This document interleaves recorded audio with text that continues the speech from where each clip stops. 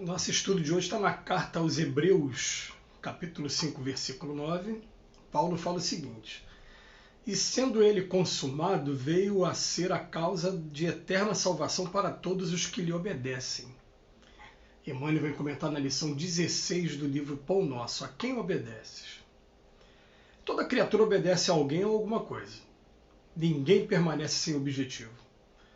A própria rebeldia está submetida às forças corretoras da vida.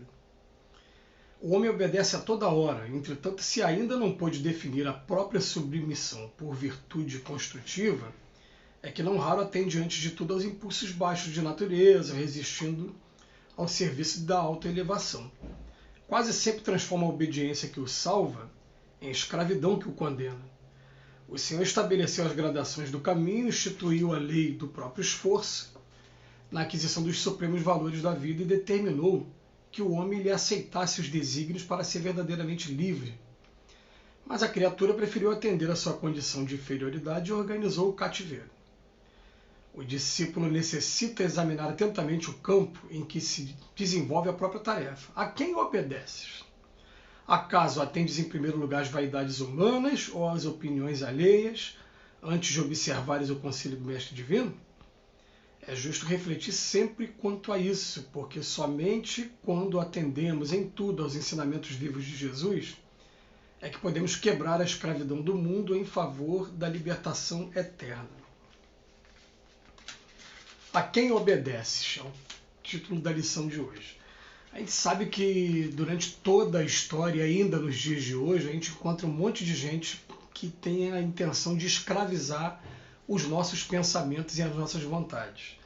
Então costuma ser um comportamento que aqui na lição de Emmanuel foi chamado de comportamento rebelde. Mas a gente vai chamar aqui um comportamento às vezes de resistência. Já que eu não quero ficar submisso a ninguém, então eu resolvi aqui por livre-arbítrio que eu não quero seguir nada, não quero obedecer nada. E ele tem um momento que o Emmanuel chega a fazer o comentário que fala até, vem cá, até aquele que não obedece nada, né, a própria rebeldia, ela está submetida também às forças corretoras da vida, se querendo ou não. Né? Mas a questão é que normalmente essas pessoas que falam, só quero fazer o que eu quero.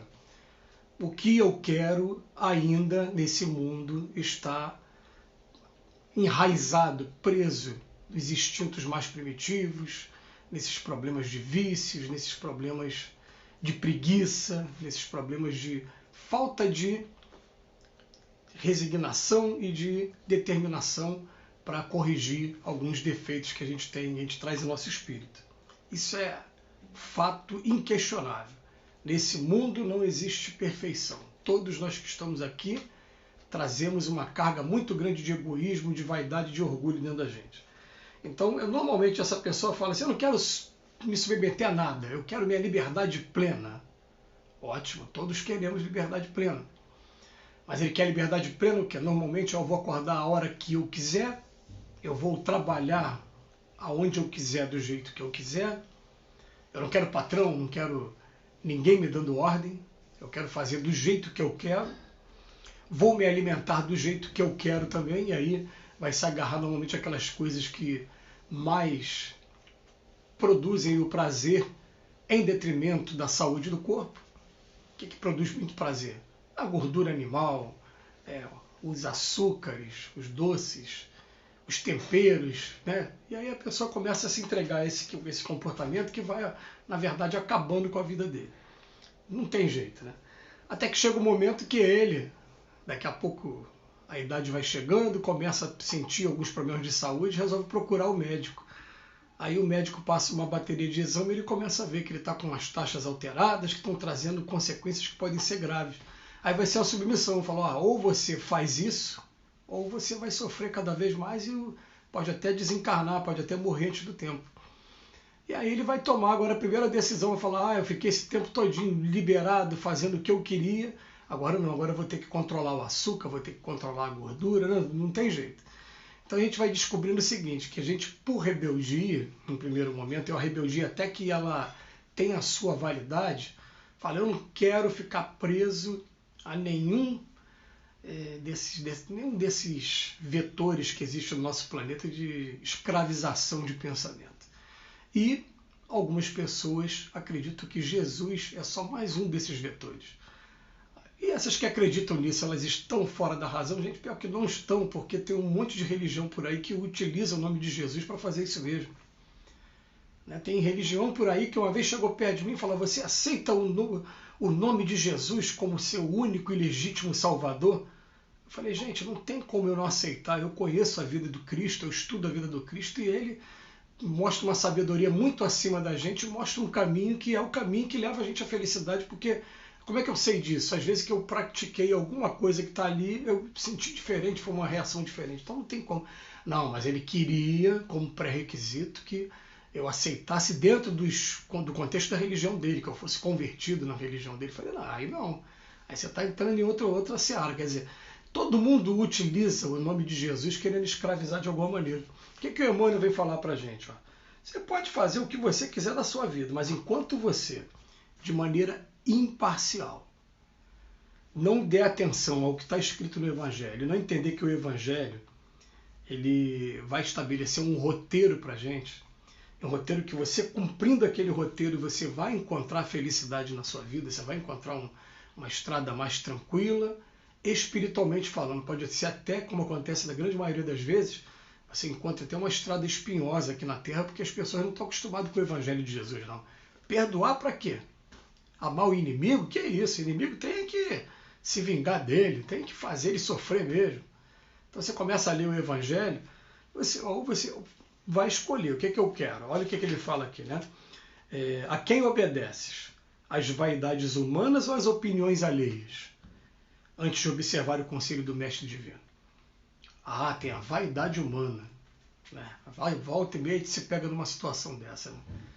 Por exemplo, eu estava recentemente uma coisa gravíssima, né? Gravíssima, de um amigo que é simpatizante da doutrina espírita. Mas ele se tornou um policial. E aí o que acontece? Aí ele, andando com o carro dele, que ele realmente comprou com muito suor, né, do trabalho dele, e de repente ele se viu seguido por pessoas que estavam querendo roubar o carro dele. Ele desconfiou daquilo, deu uma volta daqui, dali.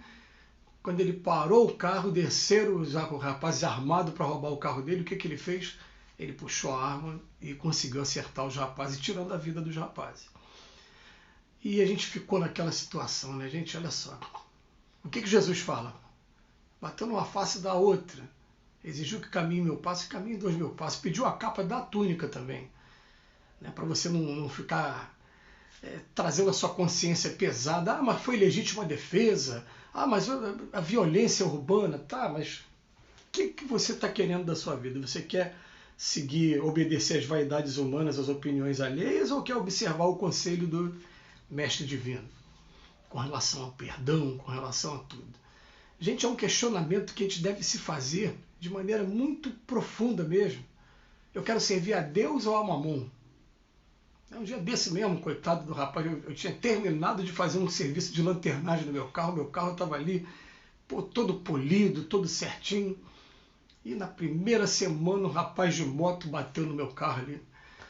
E eu olhei para ele e falei: rapaz, não...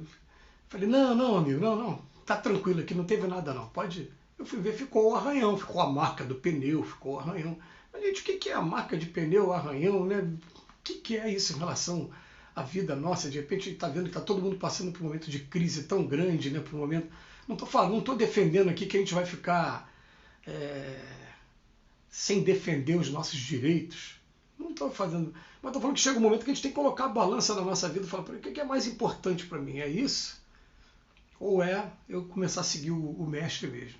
E o mestre vai chocar mesmo, porque ele diz aqui pra gente, num outro momento, ele fala assim: não pense que eu vim trazer a paz não, porque eu vim trazer a espada, porque uma casa onde tiver 5 vai estar 3 contra 2, 2 contra 3, o pai contra o filho contra a sogra, porque cada um vai interpretar Jesus de uma maneira e vai conseguir praticar de uma maneira também. E tem gente que nem vai aceitar o Cristo. Né? Então você vai encontrar na mesma família, às vezes, pessoas até da mesma religião que professam o Cristo de maneiras diferentes. Ou melhor, de religiões diferentes também, né? Eu ia falar isso, religiões diferentes que professam o Cristo. Mas a gente vai ficar assim agora: a quem eu obedeço? Fica aí a reflexão para cada um. Que Jesus nos abençoe hoje e sempre.